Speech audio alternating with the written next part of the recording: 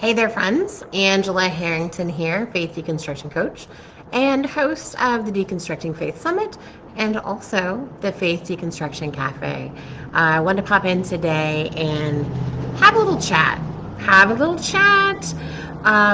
deconstruction because there's a lot of criticism. If you've been in this space at all, you've probably seen there's some really loud critics. There are a lot of people who are saying that deconstruction, people aren't actually deconstructing anything. It's just a cop out. That it's just being lazy and it's just avoiding the commitment of church and of community.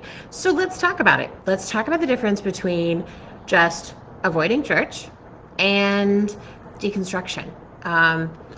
First of all, for those who haven't deconstructed, it's hard work. It's absolutely hard work. So saying that someone is lazy and they just don't want to invest in their faith or, they don't want to invest in their church community is so far off base.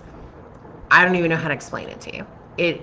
There's nothing that could be further from the truth than saying that deconstruction is just being lazy, because it's not.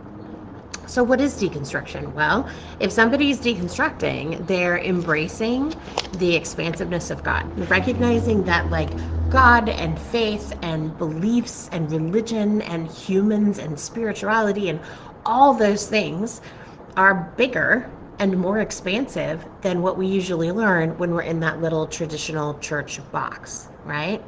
The second thing that deconstruction asks us to do or invites us to do, or I don't know, maybe forces us to do, depending on your experience, is challenging old beliefs, challenging things that we believe that we thought, because we were taught, could never be challenged.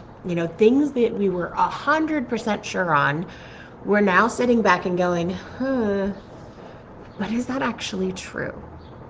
And that challenging old beliefs and that sifting of sorting through old beliefs is not laziness. I would even counter that holding on to what you know is true without ever challenging it is actually lazy faith. Assuming that because somebody taught you something, that it is set in stone and it is the one and only way and it can't be challenged is actually a really unhealthy belief system.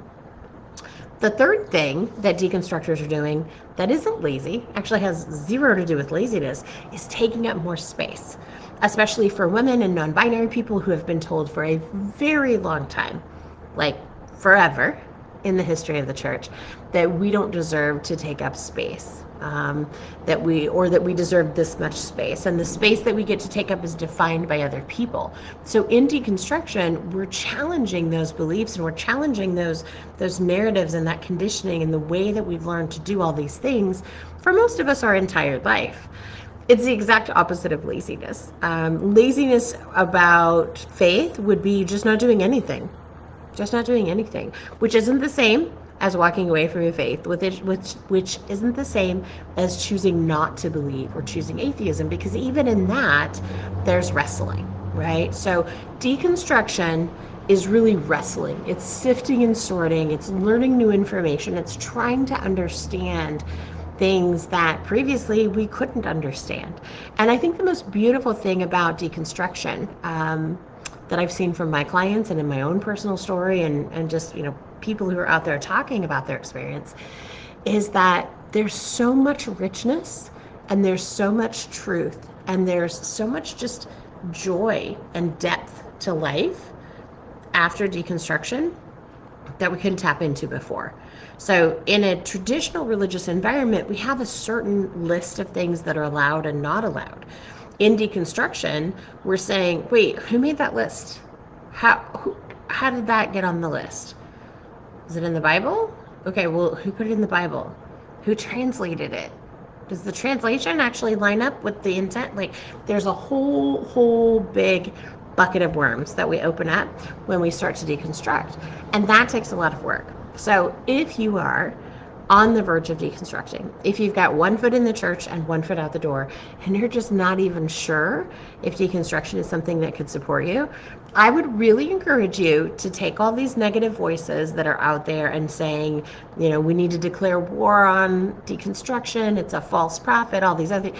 Just put those in a parking lot. They're not going to stop Deconstruction is threatening the power of the church because people are getting free and recognizing our own power and our own ability to connect with the divine in ways that are not embraced in the church because they don't uphold the church's power. So all of those voices, if for some reason I'm wrong and they're right, they're still going to be here in 6 months. They're still going to be here in a year. They're going to still be here as long as there's power to be lost by toxic religion being threatened. So put those all aside for a minute and just ask yourself, what if?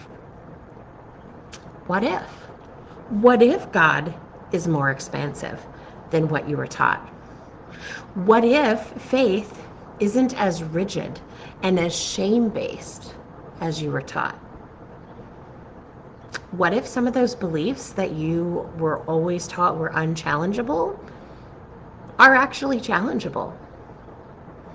What if people you were taught to hate, there's no faith-based reason to hate them? What if all those things that you thought you were doing that were guaranteeing you an afterlife and were putting you in the putting you on the path of righteousness were actually just legalistic rules designed to protect the power of an unhealthy church? It's a lot to think about. It's a lot to think about. So, no, the majority of people, 99.9%, only because I don't like to say everyone.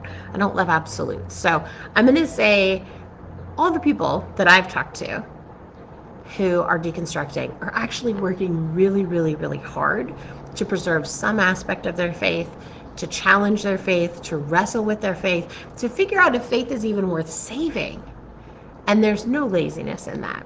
In fact, the people who I've worked with who are deconstructing are some of the most spiritual people. A lot of times they've come out of church leadership, they've seen behind the curtain, and they've seen how unhealthy those environments are. And rather than just throwing it all away and burning it all down and walking away, they're saying, but wait, there were moments that felt really real. There were moments that I felt connected to the creator of the universe. There are complexities in life that seem too complex to just be accidental. Maybe there's something here worth salvaging. And that's the work of deconstruction. That's the very complex work of deconstruction. It's not laziness. It's like saying taking an advanced algebra class is lazy when taking a basic math 101 is actually the hard work. It doesn't make sense. Just because there are more open-ended questions and there are more curious spaces and you don't walk out with the answers doesn't mean that it's laziness. So if you have one foot in the church and one foot out the church, if you are trying to figure out whether or not deconstruction is right for you, push those negative voices aside and just sit with the idea of what if. What if there is more out there? And what if you have the ability to connect with it outside that toxic religious church environment? Because for most of us, I think we've wandered down that path and have said, yeah, it is possible. It is absolutely possible. And it's worth exploring. If you're doing this on your own and you want to connect, please hop over to angelajharrington.com, click on group, free group, and join the Faith Deconstruction Cafe. We've got about 2,000 people in the community. We talk about deconstruction all the time. We talk about different beliefs. We process some old limiting beliefs and some traumas. We talk about therapy a lot. We share books, resources, and sometimes we just share really funny memes about deconstruction because it can be really hard to deconstruct. So we need to make sure that we're having a little fun, and we need to make sure that we're finding the joy and the hope. You have my word as the founder of the group, and I also the one who trains all the moderators. You have my word that this isn't a space where you're going to be evangelized. This isn't a group where we're trying to push you into a certain belief system. I personally don't care if you believe what I believe. I just want to make sure that you have space. You have a safe space to explore your beliefs and ask questions that maybe you're not able to ask anywhere else. And that's what the Faith Deconstruction Cafe is. So hop over there, again, angelajharrington.com, or you can message me here on the page and we'll make sure that we get you the link. But I would love to see you in that group, and I would love to support you in this season of questioning which is absolutely not the same as being lazy and just avoiding church. Have a great